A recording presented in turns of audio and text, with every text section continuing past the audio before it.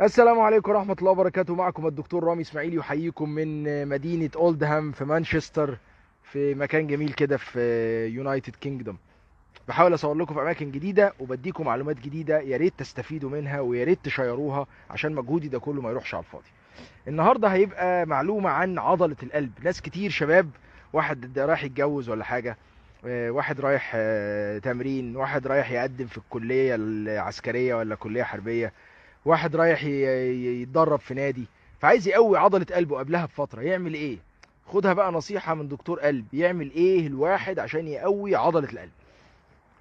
اهم حاجة واول حاجة وتاني حاجة وتالت حاجة هي الاستمرار في لعب الرياضة، وخاصة الجري. اكتر حاجة تقوي القلب هو الجري. حتى الكارديو، تمارين الجيم في القلب بيسموها تمارين الكارديو. مش عارف لو الصوت حلو ولا عليه ولا كده تمام. فاول حاجه هي انك تلعب رياضه، ويفضل رياضه الجري. المشي ينفع بس المشي العسكري، مارشال ووكينج، يعني ايه؟ تك تك تك تك تك بسرعه بسرعه بسرعه، اللي هو تمشي بسرعه. فده لكن المشي اللي هو بتمشي على الكورنيش ده ولا هيقوي القلب ولا هيضعف القلب ولا ليه اي 60 لازمه. فاهم حاجه، اهم حاجه هو المشي السريع، مارشال ووكينج او الجري، يفضل الجري. وطبعا اي حاجه تانية يبقى فيها تسارع في ضربات القلب هتعمل كده: السباحه، ركوب الدراجه، انك تجري بعجله، مش عارف ايه، وات ايفر يعني. فده مهم جدا جدا جدا جدا جدا انك انت تلعب رياضه. ولكن ناس كتير بيبقى فيه مشكله في لعب الرياضه، انه بينهج. انا لو جريت شويه ممكن انهج. طب اعمل ايه يا دكتور؟ بلاش اجري بقى؟ لا يا حبيبي، ده انت لو قعدت هتنهج اكتر، واللي بيبقاش عندك فتنس خالص والدنيا تبوظ. فانت بعد اذنك ابداها بالتدريج. يعني خد الاول 3 دقائق مشي، وبعدين 3 دقائق مشي بسرعه. انا اول ما جيت بريطانيا هنا لقيتهم بيمشوا بال2 3 كيلو، وانا في مصر اي حاجه بالعربيه. فبالتالي همشي لي انا 500 متر هنهج. فلما لقيت نفسي بمشي 3 كيلو والواد ماشي بيعمل كده وانا ماشي جنبه وكل شويه اقول له اقف، بعد يومين 3 بقيت اقول له اقف بس اقل، بعد 5 6 ايام ما بقيتش اقول له، بعد 7 8 ايام بقيت انا مدي زيه. قول الله اكبر بس احسن حد ينق، انا لسه طالع من دور برد تعبان خالص. ف العب رياضه بانتظام وبالتدريج. الاول امشي خطوتين، 5 دقائق، 10 دقائق. ده حتى العيانين بتوع القلب اللي عندهم جلطه في القلب وضعف في عضله القلب لازم يمشوا. بيسموه كاردياك ريهابيليتيشن. اللهم صل وسلم وبارك على سيدنا محمد. ما شاء الله لا قوه الا بالله. انك تمشي كتير وتقعد تلعب رياضه كتير وتتحرك بانتظام وباستمرار وتاخدها بالراحه حتى لو بتنهج. ولكن في سؤال اتسالني جميل قوي من نجلاء ابو النصر. نجلاء ابو النصر بتقول: طب ينفع الضغط العالي اجري؟ خلي بالك يا نجلاء، لما الضغط يكون عالي، بلاش لما الضغط يكون عالي، لما الانسان الطبيعي يجري ضغطه بيعلى. يعني انا دلوقتي لو ضغطي 120 80 وقعدت اجري شويه هيبقى 140 160 180 190، بعد كده اول ما اهدى ينزل تاني. لكن المشكله بقى لو انا اصلا ضغطي 190 وقلت يلا بسم الله هجري، لا ده كده بقى ممكن يبقى 300، يبقى ارقام. لا. فيفضل لمريض الضغط اللي عايز يجري حاجتين: رقم واحد انه يكون مظبط ضغطه وبياخد ادويه ضغطه، وضغطه مظبوط اصلا وضغطه حلو كده ومظبوط على الدواء، بياخد بقى دواء دوايين 3 ادويه ضغط، ان شاء الله يكون بياخد 4 ادويه ضغط في بعض الحالات.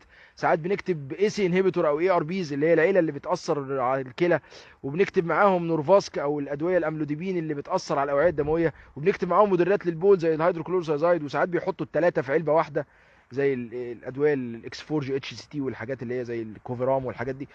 وساعات بنحط معاهم سبايرونولاكتون او اللي هو زي الالدكتون، ينزل الضغط وينزل الميه، زي عندكم في مصر اسمه الدكتون او لازي لاكتون. وكمان ساعات لو ضربات القلب سريعه بيحطوا معاهم بيتا بلوكر، كونكور ولا كارفيد ولا حاجه من دول. فلازم الضغط ينزل. ادام نزل اجري براحتك، بس برضه خدها بالتدريج. فضروري ضروري ضروري ضروري اللي عايز يقوي عضله قلبه لازم رياضه بالتدريج وبانتظام وباستمرار. ولكن شوف الواحد بقى عنده شويه انيشياتيف كده وفرحان ازاي. لما الاول كان الواحد يعمل حلقه كده في مصر يتريقوا عليه ويعيبوا عليه ومش عارف. هنا الواحد اهو الناس كلها بتشكرك، وقابلت المحافظ من يومين والدنيا جميله. والناس في مصر بدات حتى تبعت لي وتشكرني وتبارك لي، اساتذه ودكاتره وناس كتير قوي.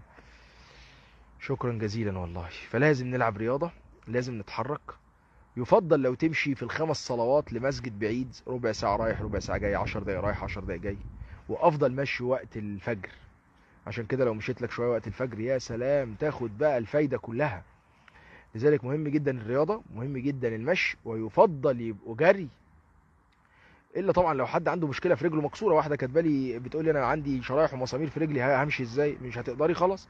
حاولي بقى حسب الرياضه اللي تقدري تعمليها، رفع، تمارين عاديه، ستريتشنج. المهم ان الواحد يتحرك، لان قله الحركه باستمرار يؤدي الى لوز اوف فتنس. هي ويل لوز هيز فتنس، يعني هو سيفقد الفتنس بتاعته. فبالتالي بدل ما كان بينهج بعد 100 متر هينهج بعد 50 متر، 20 متر، 10 متر، مش هيقدر.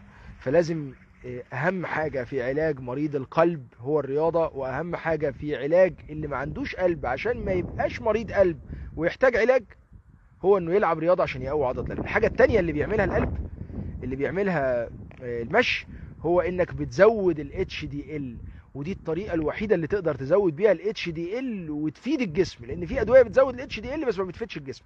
لكن لما تزود ال HDL وتفيد بيه الجسم، الحاجة الوحيدة اللي تعمل كده هي المشي والرياضة. طب العيان اللي عنده ضعف في عضلة القلب، ودي حاجة مهمة، يعمل ايه؟ لو مشي كويس ولا كويس، بس لازم يكون بياخد الادوية اللي بتقوي عضلة القلب. ما ينفعش كده يعني ايه يكون عضلة قلبه ضعيفة ومعبي مية وبينهج واقول له قوم امشي، هو قادر.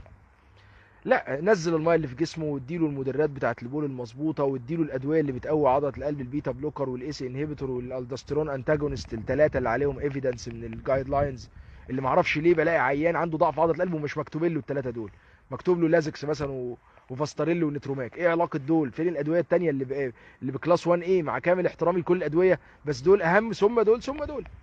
فلازم تاخد ادويه معينه تقوي عضله القلب، ساعتها لما الميه تنزل والعضله تقوى وتقدر، انت مش معبي ميه، تقدر تجري. طب انا مركب دعامات يا دكتور، اقدر امشي؟ طبعا طبعا، بس ما تبقاش مركبهم امبارح يعني وتقوم تجري تاني يوم. لكن لو انت مركبهم بقالك 6 شهور ولا سنه ولا سنتين وخلاص خلصت الكورس بتاع السيوله بتاع البلافكس ولا البريليك ولا وات ايفر، طبعا اتمشى. ده انت لو فضلت نايم الدعامات دي هتتسد. لو فضلت نايم وقاعد ومأنتخ وبتاكل دهون تاني والدنيا خربانه معاك، الدعامات دي هتتسد. لا طبعا لازم تمشي بانتظام. ايه هو ال HDL؟ اللي هي الدهون النافعه يا مروه. ال LDL the low density lipoprotein اللي هي الدهون منخفضة الكثافة. ال HDL is high density lipoprotein اللي هي الدهون مرتفعة الكثافة. ودي الدهون النافعة المفيدة اللي بتدوب الكوليسترول اللي جوه الشرايين، اللي بتفيد القلب، اللي بتساعد في توسيع شرايين القلب، اللي بتزيد بس تقريبا يعني بالرياضة. لان في ادويه لقوا انها بتزود ال HDL بس بتاذي حاجات تانية ومش بتفيد الجسم في الاخر ومش بتقلل عدد الوفيات. فالحاجه الوحيده اللي تظبط ال HDL وتقلل عدد الوفيات هي الرياضه. بس كده. العبوا رياضه بانتظام وباستمرار، ابعدوا عن التدخين، حتى التدخين السلبي، قلل من الاكل، حافظ على الذهاب للمسجد 5 مرات ويكون بعيد شويه، ومد شويه بالذات وانت راجع، عشان ممنوع تمد وانت رايح، لان الواحد بيبقى عنده خشوع كده وهو رايح. حافظ على الصلاه وبالذات صلاه الفجر. واتمنى لكم يوم جميل. كان معكم الدكتور رامي اسماعيل. اشوفكم على خير في رعاية الله.